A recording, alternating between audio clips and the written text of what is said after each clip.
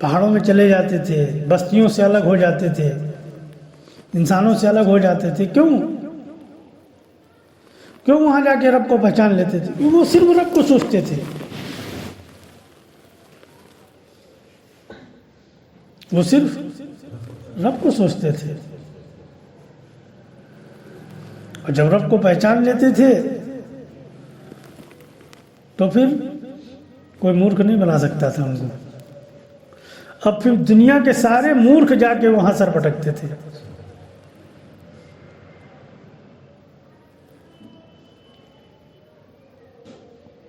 کہ دنیا کے سارے مورکھ جا کے وہاں سر پٹکتے تھے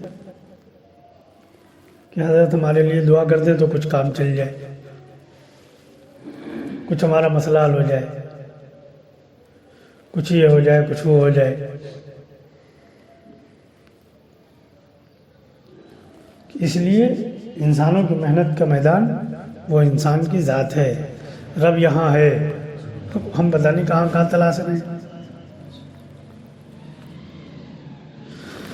یہ جو کتاب ہے اس کو ہم پڑھتے نہیں ہیں، اور دنیا کی کتابیں پڑھتے ہیں جس سے ہم مورکھ بن جاتے ہیں.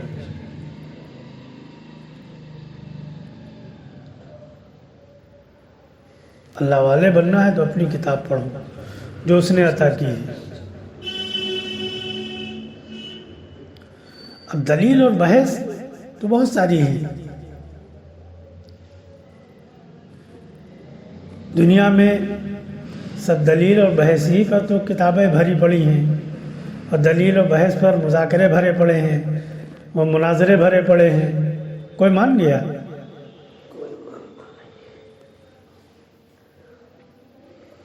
کوئی مان گیا یا کوئی مان جائے گا؟ ابھی ہم لکھنؤ میں 15 دن پہلے ایک صاحب کے یہاں بیٹھے تھے، 2-3 لوگ 4 لوگ اور بھی بیٹھے تھے. تو ایسے ہی دنیاوی حالات پر بات کر رہے تھے وہ لوگ، فلسطین کو لے کر اور تمام جگہوں کو لے کر. مسلمان ایک نہیں ہو رہے ہیں، نہیں یہ ہو جائے اور وہ ہو جائے اور یہ ہو جائے. تو ہم نے کہا مسلمان اور ایک یہ نہیں ہو سکتا ہے.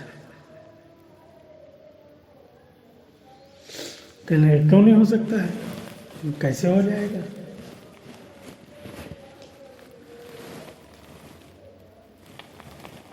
کہ مسلمان کیسے ایک ہو جائے گا؟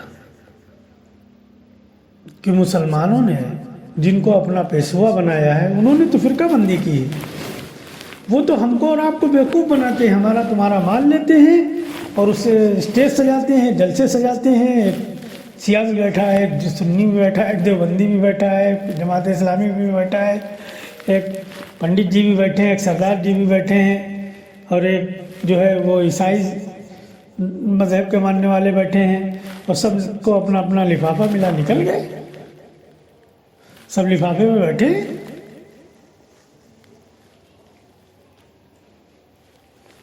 مسلمان ایک ہو جائے گا؟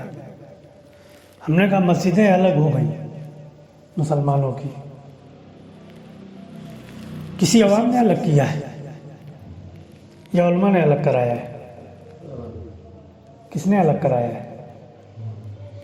شادیاں الگ ہو گئی، مساجد الگ ہو گئی، بستیاں الگ ہو گئی، قبرستان الگ ہو گئی. کس نے کرایا ہے؟ ہم نے کہا خدا کی قسم علماء چاہتے ہی نہیں ہیں کہ تم لوگ ایک ہو جاؤ. ارے کیا کہہ رہے ہو؟ ہم نے کہا کیا کہہ رہے ہیں؟ سچ کہہ رہے ہیں، سن نہیں پاؤ گے، فرق اتنا ہے. سب کی دکانیں بند ہو جائیں گی، کیسے ایک کرا دیں گے آپ کو؟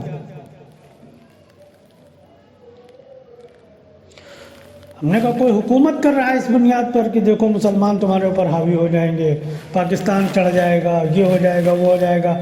وہ ان کو مورکھ بنا کے حاکم بن گیا، یہ رہبر بن گیا آپ کو مورکھ بنا کے. ارے وہ بریلوی وہ شرک کرتے ہیں، وہ آ جائیں گے، یہ ہو جائے گا، وہ ہو جائے گا. وہ اپنی قوم کو بتاتے ہیں وہ دیوبندی ہے، وہ تو اللہ کے رسول کے گستاخ ہیں، وہ نبی کے گستاخ ہیں، وہ کافر ہیں. وہ ایک بریلوی تو ابھی کلپ بہت زور شور سے چل رہی تھی، اس نے کہا کہ اگر یہ دیوبندی حرم میں بیت اللہ کا طواف کرتے ہوئے مر جائے تب بھی جہنمی،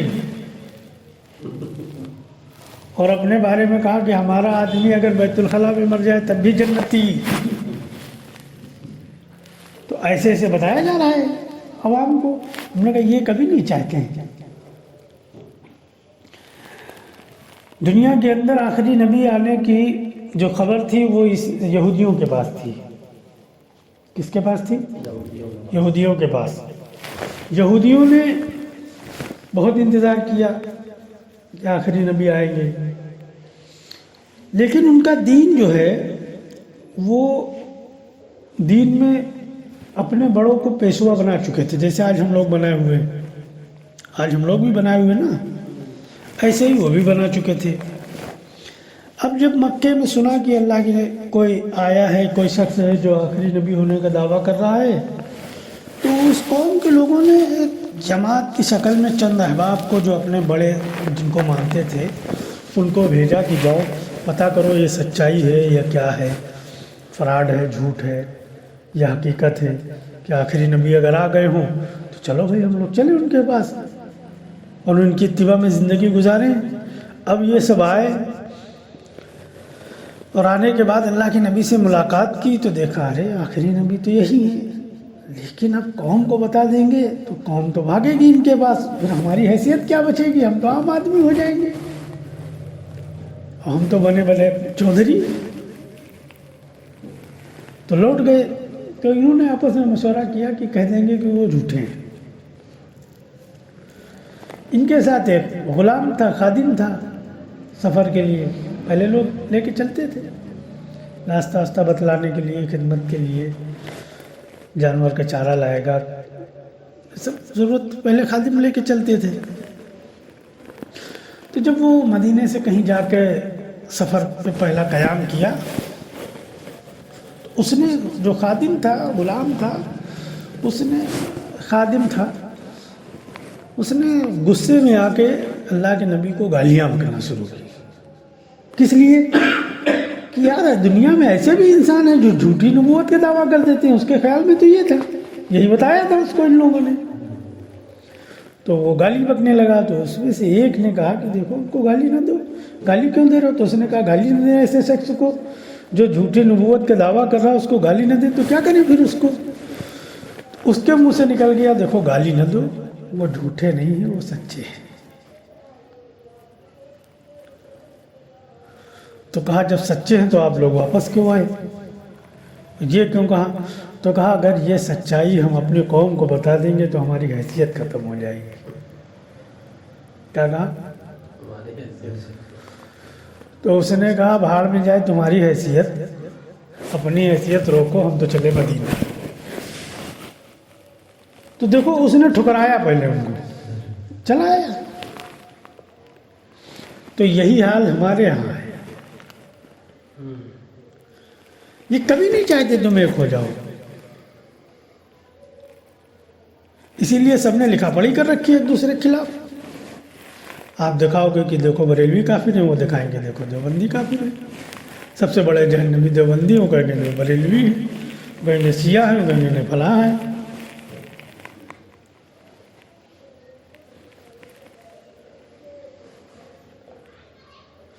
کہ دنیا میں کسی بھی مذاہب کا، کسی بھی جو ہے فرقے کا، کسی بھی مسلک کا انسان ہو،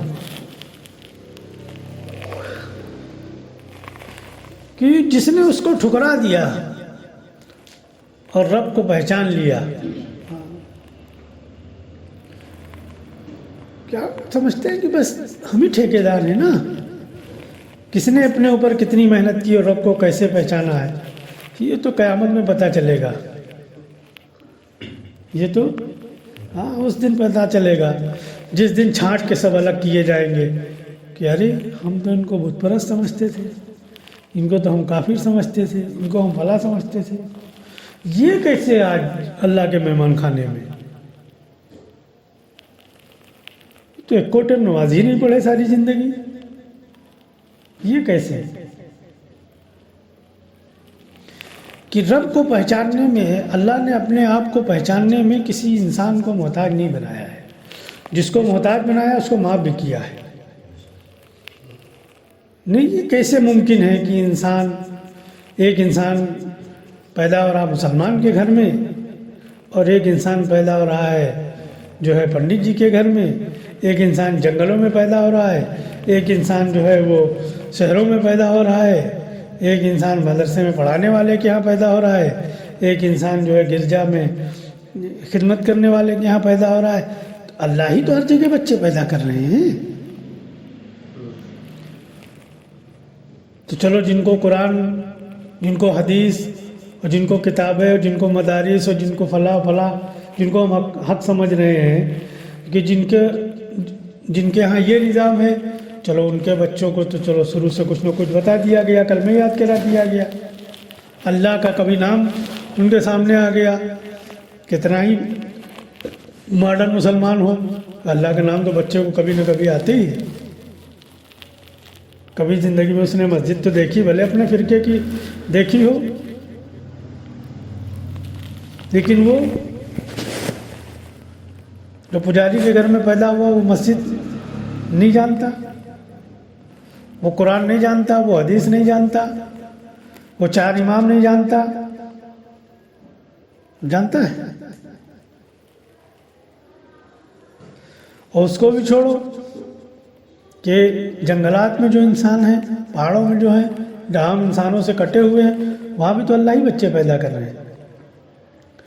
انہوں نے سنا ہی نہیں کہ نبی کیا ہوتا ہے، انہوں نے سنا ہی نہیں قرآن کیا ہوتا ہے، اذان کیا ہوتی ہے، روزہ کیا ہوتا ہے، حج کیا ہوتا ہے، زکوٰۃ کچھ سنا انہوں نے؟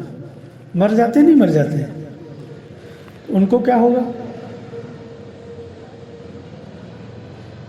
ان کو آپ کے اعتبار سے تو، آپ کی کتابوں کے اعتبار سے کہ وہ تو سیدھے جہنم میں جائیں گے۔ کہ کیوں جائیں گے بھائی، کیوں جائیں گے؟ وہ نہیں کل اللہ کے سامنے کھڑے ہوں گے، اے اللہ جہاں تو نے ہدایت چھپا رکھی تھی ہم کو وہاں پیدا کرتا، پھر ہم نہ مانتے تو سزا دیتا، ہم کو تو آپ نے پیدا کر دیا وہاں جہاں انسانیت جاتی ہی نہیں تھی، وہاں تو کچھ تھا ہی نہیں، تو ہم کیسے جانتے؟ اور جن کے پاس تھا انہوں نے ہم کو پہنچایا نہیں، جن کے پاس تھا انہوں نے پہنچایا نہیں، تو ہمیں سزا کس بات کی؟ کہ جب ہر جگہ اللہ بچوں کو پیدا کر رہے ہیں تو ہر جگہ اللہ نے انتظام بھی کیا ہے کہ کیسے تمہیں جواب دینا ہے، کیسے رب کے سامنے کھڑے ہونا ہے۔ کہ اللہ نے یہ کتاب ہر ایک کو دی ہے جسم کی، اس کی تمام ضرورتیں وہ رب پوری کر رہا ہے، اس کو کیوں نہیں سوچا؟ اس میں رب کو کیوں نہیں تلاش کیا؟ اس کے لیے تمہیں کوئی کتاب کی ضرورت تھی، کوئی مدرسے کی ضرورت تھی، کوئی مولانا کی ضرورت تھی، کوئی مسجد کی ضرورت تھی، کسی نظام کی ضرورت تھی؟ کہ اس پر غور کرتے تو تم رب کو جان لیتے۔ اس کے لیے اللہ نے عقل دی، انہیں تو عقل کھانا کھانے کے لیے نہیں دی ہے،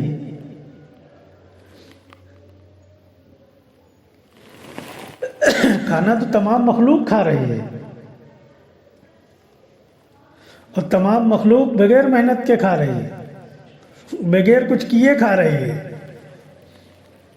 اور ہم لوگ ٹھوکر کھا کے کھا رہے ہیں۔ ساری زندگی انسان محنت کرتا ہے کھانے کے لیے، اور کھانا چھوڑتا ہے کمانے کے لیے۔ چھوڑ رہا نہیں چھوڑ رہا، بھوک 12 بجے لگی، کسٹمر ہے، کھانا رکھا ہے۔ اب اس دکاندار کی ہمت نہیں ہے کہ شٹر گرا دے 12 بجے، وہ کہے گا نہیں بھیا پہلے کھانا کھائیں گے، اب آنا آدھے گھنٹے کے بعد ہوتا ہے۔ میں نے بھیا پہلے کسٹمر کھانا، تو پھر دکاندار دیکھو کبھی 4 بجے کھانا کھا رہا ہے، کبھی 3 بجے، تو کبھی ٹفن واپس لے کے جا رہا ہے۔ اور جس کے یہاں گھر میں معاملہ تھوڑا ٹائٹ ہے، وہ بیچارہ جب نہیں کھا پاتا ہے تو پھر کسی تلاش کرتا ہے، یار کوئی ہو دیکھو کھانا دے دو، ہمارا گھر جائے گا ٹفن تو راز کھل جائے گا تو ڈانٹ پڑے گی، ہم بنا کے دیتے ہیں تم کھاتے نہیں ہو۔ تو ہر طریقے کے لوگ ہیں کہ دنیا میں انسان کا ایک کام ہے، اس کو ایک سوال سے گزرنا ہے۔ وہ سوال یہ ہے کہ اللہ تعالیٰ پوچھیں گے من ربک کا، تمہارا رب کون ہے؟ کس رب سے تم نے اپنی ضرورتیں پوری کرائی ہیں؟ کس رب کو جانا ہے؟ کس کو اپنا معبود ماننا ہے؟